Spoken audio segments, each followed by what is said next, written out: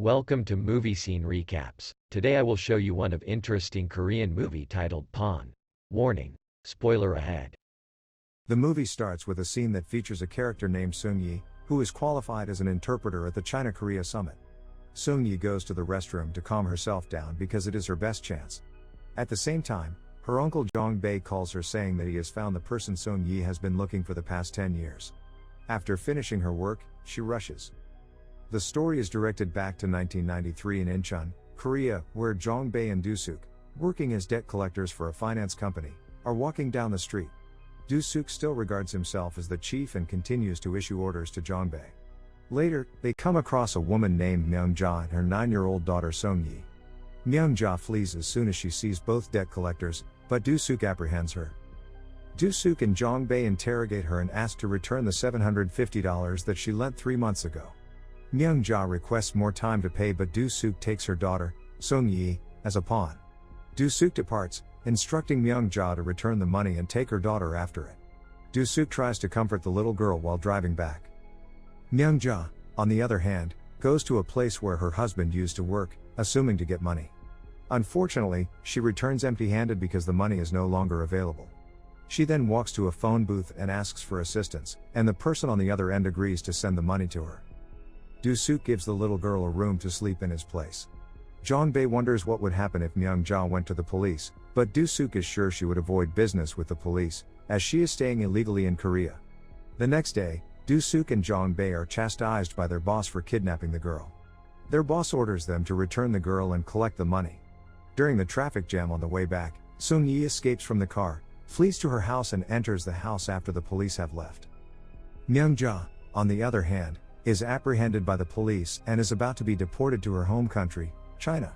Doo-Seok goes to the immigration office to meet her after hearing the news, and Myung-Ja gives him the number of Seung-Yi's uncle Choi Byung-dal, saying that her uncle will pay the debt and take care of Seung-Yi. Myung-Ja then persuades Doo-Seok and leaves a pager and a photo of herself with Seung-Yi.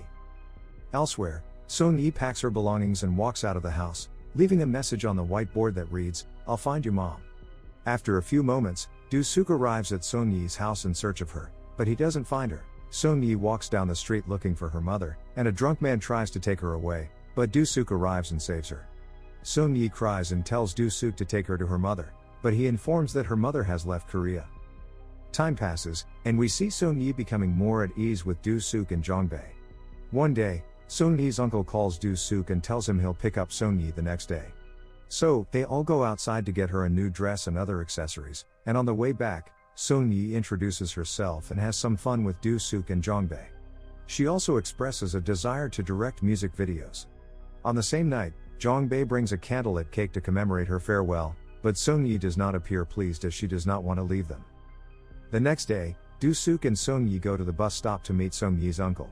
Doo-Seok buys Seung-Yi a CD player so she can listen to songs by her favorite artists.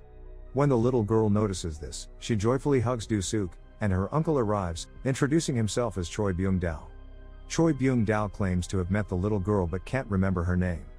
Seung-Yi is also unfamiliar with her uncle. Choi then pays off the debt and takes Seung-Yi with him, but neither Doo-Seok nor Seung-Yi seem happy about their separation. After this, Doo-Seok looks depressed. Jong-bae tells him to page Seung-Yi if he is concerned about her, but Doo-Seok pretends to be fine. Doo-Seok then leaves a message for Seung-Yi, inquiring about her new school and home. When he does not receive a response, he calls Choi Byung-dal's house, but Choi's wife hangs up the phone, stating that her husband is unavailable. Doo-Seok becomes concerned and manages to locate Choi Byung-dal's address and travels there. He then encounters Choi, who appears to be intoxicated. Doo-Seok asks about Seung-Yi and learns that Choi sold her for $300.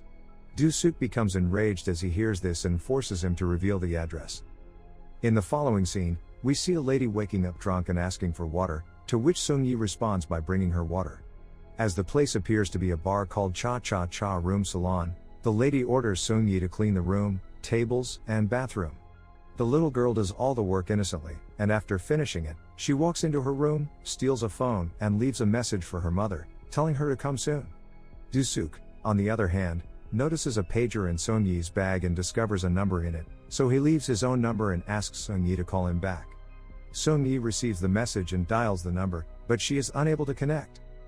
In the bar, The lady orders Seung-Yi to clean the floor while a drunk man throws a glass against the wall, injuring Seung-Yi with a glass shard. Doo-Seok then recalls that he forgot to mention the area code earlier, so he leaves another message and waits for the call. Seung-Yi returns his call, crying, and informs about her location in Busan. Doo-Seok becomes concerned and travels to Busan immediately. Doo-Seok and Jong-bae arrive at Cha-Cha-Cha Room Salon, where they meet Seung-Yi. Doo-Seok yells at the owner of the bar for not taking Seung-Yi to the hospital, then decides to pay the owner and reclaim Seung-Yi. Doo-Seok then transports Seung-Yi to the hospital to have the wound treated. He even sells his car to manage expenses for the little girl. Later, he takes her to school to enroll her, but the principal refuses to accept her because she is not a Korean citizen. Doo-Seok tries hard to convince the principal, but the principal eventually agrees that it is possible if Doo-Seok plays the role of Seung-Yi's father. Seung-Yi then begins attending school and studying diligently, resulting in excellent grades. Seung-Yi matures as time passes. One evening, Doo-Seok arrives at the school gate on his motorcycle to pick up Seung-Yi, and at the same time, Seung-Yi's mother appears and sees her daughter happy and returns without meeting. As time passes, Seung-Yi graduates from high school with honors, and Doo-Seok drops her off for the entrance exam, wishing her the best and praying for her success. In the next scene, Doo-Seok becomes concerned when Seung-Yi fails to return home on time one night. He waits, and a few moments later, a man drops Seung-Yi home while carrying her on his back because she is drunk. Doo-Seok and Jong-bae begin to inquire about the man and realize that he is a good man who will soon be a doctor. During this time, Doo-Seok receives a call from Seung-Yi's grandmother, who tells him to pay a visit to Seung-Yi's mother, who is gravely ill. Doo-Seok and Seung-Yi take a flight to China to meet Myung-Ja. Both the mother and daughter cry, and Myung-Ja expresses her gratitude to Doo-Seok. Doo-Seok learns that Myung-Ja has been discharged from the hospital and might pass away soon. Before leaving, Myung-Ja requests Doo-Seok's assistance in finding her father. Seung-Yi gives her mother a box containing her school results and a picture of the two of them. Looking at all of these, Myung-Ja breaks down. After returning home, Seung-Yi notices Doo-Seok's torn shoes and decides to purchase a new pair. She then works for 3 days in a shoe factory, telling Doo-Seok that she's going on a school trip. With the money she earns, she purchases a new pair of shoes.